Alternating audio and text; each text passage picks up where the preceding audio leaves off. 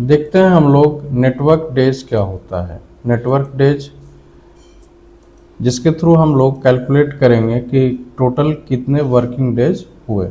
ठीक है, तो सबसे पहले यहाँ पे हम चेक करेंगे कि नेटवर्क डेज के अंदर में जो आर्गुमेंट होगा यानी कि उसमें क्या क्या चीज़ लेना पड़ेगा।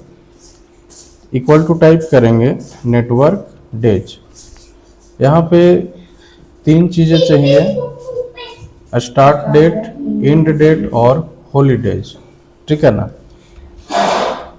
एक्चुअली नेटवर्क डेज का यूज़ कहाँ पे होता है, तो नेटवर्क डेज का यूज होता है कि जैसे कोई वर्कर है या कोई एम्प्लॉय है कहीं पे काम कर रहा है। ठीक है, बात समझ में आ रही है ना। कहीं पे कोई काम कर रहा है तो कितना दिन उसने काम किया, ठीक है, और कितना दिन उसने छुट्टी ली या फिर कितने दिन का उसको छुट्टी मिला। तो ये सारा चीज़ हम किसके थ्रू कैलकुलेट करेंगे, नेटवर्क डेज, यानी कि टोटल वर्किंग डेज उसका कितना रहा। ठीक है, तो इसके लिए सबसे पहले क्या चाहिए, स्टार्ट डेट, इसके बाद चाहिए एंड डेट। ठीक है, और एक और हम ले लेंगे यहाँ पे हॉलीडे, है ना। हॉलीडे का मतलब कि छुट्टी का दिन, है ना। हॉलीडे का मतलब क्या हो गया, छुट्टी का दिन। ठीक है, उसके बाद यहाँ पे हम यूज करेंगे नेटवर्क डेज का। ठीक है, इसमें तीन ही चीजें होती हैं। ठीक है, स्टार्ट डेट, एंड डेट और हॉलीडेज। ठीक है, तो हम यहाँ पे आते हैं और मान लिया कि किसी ने काम शुरू किया 1/1/2025 से। ठीक है, कहीं पे मान लिया कि किसी कंपनी में ज्वाइन किया 1/1/2025 से और उसने काम किया पूरा 31/12/2025 तक। ठीक है, इसके बाद कंपनी में बहुत सारी छुट्टियां होती हैं, है ना। तो मान लेते हैं कि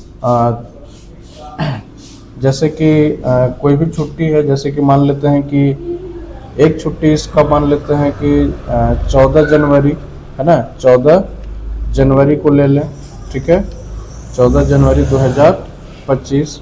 और भी छुट्टी आएगा, जैसे कि मान लेते हैं कि 15 अगस्त। ठीक है, ये 26 जनवरी को भी छुट्टी रहती है। ठीक है ना। और भी कुछ छुट्टी यहाँ पे हम कंसीडर कर लें पिछले साल का। ठीक है, जैसे कि यहाँ पे हम ले लें 10 मई और 18 मई। ठीक है, दो छुट्टी यहाँ पे और लेते हैं, 10/5/2025 और 18/5/2025, है ना। मान लिया कि मई में कोई दो और त्यौहार आ गया, एक 10 तारीख को था और एक 18 तारीख को था। और भी कोई छुट्टी जैसे कि 2 अक्टूबर को होता है ना। ठीक है, मान लिया कि 25 दिसंबर को भी एक छुट्टी ले लें, 25/12/2025। एक और 15 अगस्त वाला भी ऐड कर देते हैं। ठीक है ना। तो इन दोनों को यहाँ से हम कट करके और यहाँ पे पेस्ट कर देते हैं। यहाँ पे हम ले लेते हैं 15 अगस्त 2025। तो मान लेते हैं कि इतने दिन हमारा छुट्टी था। ठीक है, और ये छुट्टी हमारा संडे और सैटरडे के अलावे, ठीक है ना, संडे और सैटरडे को छोड़ के ये छुट्टियां हैं। मतलब बाकी जो सप्ताह में 1 या 2 दिन जो छुट्टी मिलती है उसके अलावे ये छुट्टी है। ठीक है, अब यहाँ पे टोटल हमें वर्किंग डेज काउंट करना है।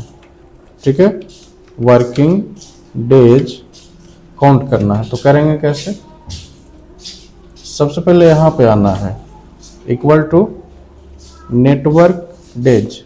ठीक है, नेटवर्क डेज सेलेक्ट, यहाँ पे नेटवर्क डेज टाइप करेंगे, ब्रैकेट को ओपन करेंगे। ओपन करने के बाद यहाँ पे स्टार्ट डेट है ना, स्टार्ट डेट में हम इसको सेलेक्ट करेंगे। सेलेक्ट कर लिया, फिर कॉमा देंगे। यहाँ पे एंड डेट है, ये दिख रहा है ना, एंड डेट। तो एंड डेट में हम इसको सेलेक्ट कर लेंगे। ठीक है, और अभी हम यहाँ पे हॉलीडे को छोड़ रहे हैं, हॉलीडे को अभी हम छोड़ते हैं। सीधा अभी हम ब्रैकेट क्लोज करेंगे। देखो जो चीज़ यहाँ पे बड़ा वाला ब्रैकेट में होता है वो ऑप्शनल होता है ना। उसके बदले में कोई वैल्यू दे, यानी कि उसकी जगह पे कोई वैल्यू दें या ना दें, कोई फर्क नहीं पड़ेगा, है ना। मतलब रिजल्ट पे फर्क पड़ेगा, ठीक है, लेकिन फंक्शन पे कोई फर्क नहीं पड़ेगा। शॉर्ट आउट ये समझें कि एरर वगैरह नहीं आएगा, लेकिन आउटपुट पे फर्क पड़ेगा, है ना। तो फिलहाल सेलेक्ट करके और इंटर करेंगे तो कितना आया यहाँ पे 261 दिन। कितना दिन आया? 261 दिन। अब यदि हम 1 जनवरी 2025 से 31 दिसंबर 2025 तक की बात करें तो टोटल कितना दिन होगा? 365 दिन होगा। पूरा साल है तो 365 दिन। अब सवाल ये उठता है कि 261 दिन यहाँ पे वर्किंग डेज आ रहा है तो छुट्टी कितना रहा? तो हम 365 में से, कितना में से? 365 में से इस 261 को घटा देंगे तो कितना आया? 104 दिन। अब एक साल में कितना सप्ताह होता है? 52, यानी कि लगभग कितना संडे पड़ेगा? 52 संडे पड़ेगा। लेकिन यहाँ पे जो टोटल छुट्टी हो रहा है वो 104, यानी कि लगभग दुगना, लगभग नहीं, एग्जैक्टली डबल। तो संडे, इसका मतलब क्या हुआ कि संडे के अलावे भी छुट्टी रखा गया है। तो बड़ी बड़ी कंपनीज में क्या होता है कि संडे के अलावे भी छुट्टियां होती हैं, है ना। संडे के अलावे भी छुट्टियां होती हैं, है ना। अब वो कौन सा दिन होता है? वो होता है शनिवार, जिसको कि हम लोग वीकेंड कहते हैं, है ना। क्या कहते हैं? वीकेंड। तो संडे के अलावे जो छुट्टी होता है उसमें एक और ऐड होता है हमारा शनिवार, यानी कि सप्ताह में 2 दिन की छुट्टी होती है, एक शनिवार और एक रविवार, यानी कि सैटरडे और संडे। इसीलिए जो है यहाँ पे 104 दिन टोटल हुआ। कोई समस्या इसमें? लेकिन इसमें अभी तक हमने हॉलीडे को ऐड नहीं किया है। फिलहाल हम यहाँ पे आते हैं और बिना छुट्टी का, अभी जैसे हमने कैलकुलेट किया तो छुट्टी को छोड़ के, यानी कि जो हॉलीडे है उसको छोड़ के टोटल कितना दिन आ रहा है? 261 दिन। और यदि हम इसको घटा दें तो कितना हो जाएगा? 1 2 3 4 5 6 7, 3 और 4 7, यानी कि 261 में से कितना कम हो जाना चाहिए? 7 दिन और कम हो जाना चाहिए, यानी कि 254 दिन और आना चाहिए। यदि हम इसको ऐड करें तो आना चाहिए ना। तो हम यहाँ पे आते हैं, वापस हम नेटवर्क डेज का यूज करेंगे, ठीक है। स्टार्ट डेट में इसको सेलेक्ट कर लेंगे, कॉमा देंगे। एंड डेट में हम इसको सेलेक्ट कर लेंगे, कॉमा देंगे, है ना।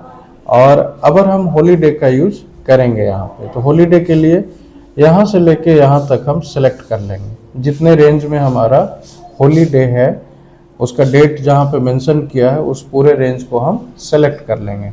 सेलेक्ट करने के बाद हम ब्रैकेट क्लोज करेंगे, ठीक है। क्लोज करने के बाद जैसे ही हम इंटर बटन प्रेस करेंगे तो यहाँ पे कितना आ रहा है? 257। जबकि नियमतः यदि हम 261 में से 7 को घटा देते तो कितना आता? ये आता हमारा 254। लेकिन 3 दिन का यहाँ पे डिफरेंस है, ठीक है ना। 3 दिन का डिफरेंस है। ऐसा क्यों हुआ? देखो, ऐसा इसलिए हुआ क्योंकि 3 दिन, ये 3 जो हॉलीडे है ना, इसमें से 3 हॉलीडे उस डेट को पड़ा होगा जिस डेट में या तो संडे होगा या फिर सैटरडे होगा। अब ऑलरेडी जब संडे और सैटरडे की छुट्टी पहले काउंट हो चुकी है, ठीक है, तो उसमें फिर से तो काउंट नहीं करेगा ना, है ना। फिर से तो काउंट वो नहीं करेगा। अब जैसे कि 2 अक्टूबर है, अब 2 अक्टूबर को मान लिया गांधी जयंती है, अब वो संडे में पड़ गया, ठीक है। मान लिया कि गांधी जयंती है और वो संडे को आ गया, तब तो छुट्टी रहना और नहीं रहना एक ही बात है, उसका तो काउंट नहीं होगा ना, ठीक है। उसी तरह से इसमें कोई 3 डेट ऐसा है जो कि या तो संडे को पड़ा है या फिर सैटरडे को पड़ा है। तो हम चेक करेंगे, जैसे 14 जनवरी की बात करें तो तो यहाँ पे हम कैलेंडर को जनवरी से लेते हैं, ठीक है। चलिए यहाँ पे जैसे हम जनवरी में बात करें तो 14 जनवरी को यदि देखें तो ये नहीं है ना, संडे या सैटरडे में नहीं है ना। फिर आगे आते हैं फरवरी में, अच्छा 26 जनवरी को भी देखें तो 26 हमारा संडे था, एक तो मिल गया ना, 26 जनवरी 2025 हमारा संडे था, एक मिल गया। चलिए उसके बाद सीधा हम 5वां महीना है तो मई में आएंगे यहाँ पे, है ना। मई में देखो यहाँ पे 10/5/25, तो 10/5/25 ये हमारा सैटरडे है ना। इसके बाद एक और डेट है 18/5/25, तो 18/5/25 ये संडे है। तो हमने क्या बोला कि नेटवर्क डेज जो है संडे और सैटरडे को भी काउंट करता है। अब चूंकि संडे और सैटरडे पहले ही कैलकुलेट हो चुके हैं, इसलिए ये हॉलीडे में काउंट यहाँ पे नहीं होगा, है ना। अब अगस्त में आते हैं और 15 तारीख को यदि देखें तो ये हमारा फ्राइडे था, ठीक है ना। उसके बाद यदि हम अक्टूबर में आए तो 2 तारीख ये हमारा थर्सडे था, ठीक है ना। 25/12 को यदि हम आए तो ये हमारा थर्सडे था। शॉर्टकट ये समझें कि 3 डेट, जैसे कि एक 26 और ये 18/5 और एक 15/8, सॉरी 10/5 और 10/5 और 18/5, ये तीनों डेट जो है या तो संडे को पड़ा या फिर सैटरडे को पड़ा, है ना, जिसकी वजह से 3 डेट यहाँ पे काउंट नहीं हुआ। तो उम्मीद करते हैं कि नेटवर्क डेज अच्छे से समझ में आया। कोई समस्या इसमें नहीं ना।